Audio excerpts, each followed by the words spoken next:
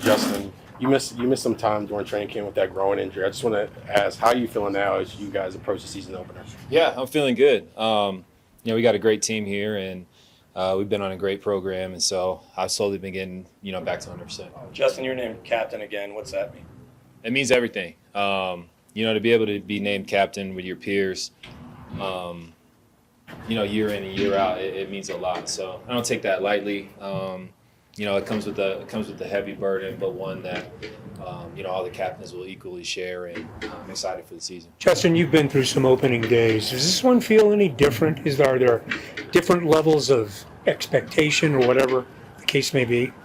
I mean, I don't know if anything necessarily feels different. I'm really looking forward to just week one at home, divisional opponent in the Raiders, and, looking forward to leaving our stadium with the win. Speaking of the Raiders, you guys lost 6 in a row to them, haven't beat them since they moved to Las Vegas. I mean, does that get your attention that you got to end that streak or what? Oh, yeah, 100%. Does a fast start matter more this year than years past, given the way Coach Payton has talked about the sense of urgency?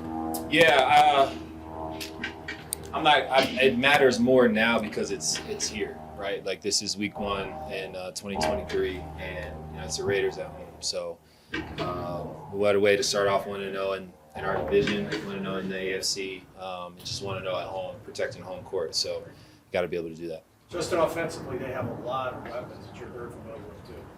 Yeah. Talk about those guys, Josh. Yeah. Yeah. No, there's QB out there now for you guys too. Yeah, they're stacked with talent. Obviously, with Jacobs coming back, leading the league in rushing, and he had a heck of a year last year. And, I'm sure he'll have another heck of a year this year. But, obviously it's going to be a big part of our game plan, helping stop the run. Any good offense knows that you run the ball really well, it just opens up the rest of the game. And then obviously they got arguably one of the best receivers, if not the best receiver in the league, in Adams. And so, and a plethora of other guys. And so that's going to be a big task for us, defensively. But, that's what we get paid to do. We got to go out there and find ways to get takeaways for our offense, set them up on the short field. And, it's going to be a big challenge for us. Have you noticed a different intensity from Sean just around the building now that it's actually game week this week? Yeah. I think he's done a good job of kind of, we got little bits of taste of it through the preseason, but now that it's here, it's full blast. And, as we progress through the week, we'll be able to see more and more of that, come to fruition. And so definitely feel the intensity, though. Justin, Marvin Mims was a guy drafted to kind of put the pressure on back ends of defense. From your vantage point, what have you seen from his first campus? Has he made his way back from injury as well? Yeah. I thought Mims has been great. Obviously, we went up against him in practice, and man, he does a good job with I think the whole route tree too.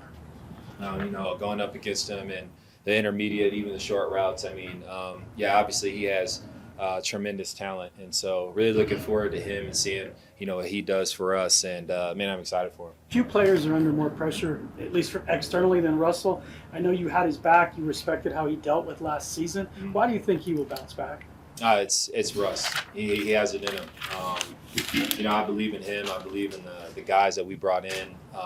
Guys like Mike and we got Samaje, coming in and helping out with the run game, and a whole bunch of other guys. And I just think all of those things are going to be tools that Russ will be able to use to help at his disposal. So I got all the faith in the world in him. I got all the faith in the world in my guys in the locker room, and I'm excited for it. What kind of conversations do you have with Pat, if any, I guess, additional, based on the way the end of the second Raiders game went? Because he obviously hadn't had too many tough moments, and that was maybe one of them. Yeah. Those types of things. Adams is a top tier, an elite receiver. Obviously, Pat's an elite corner.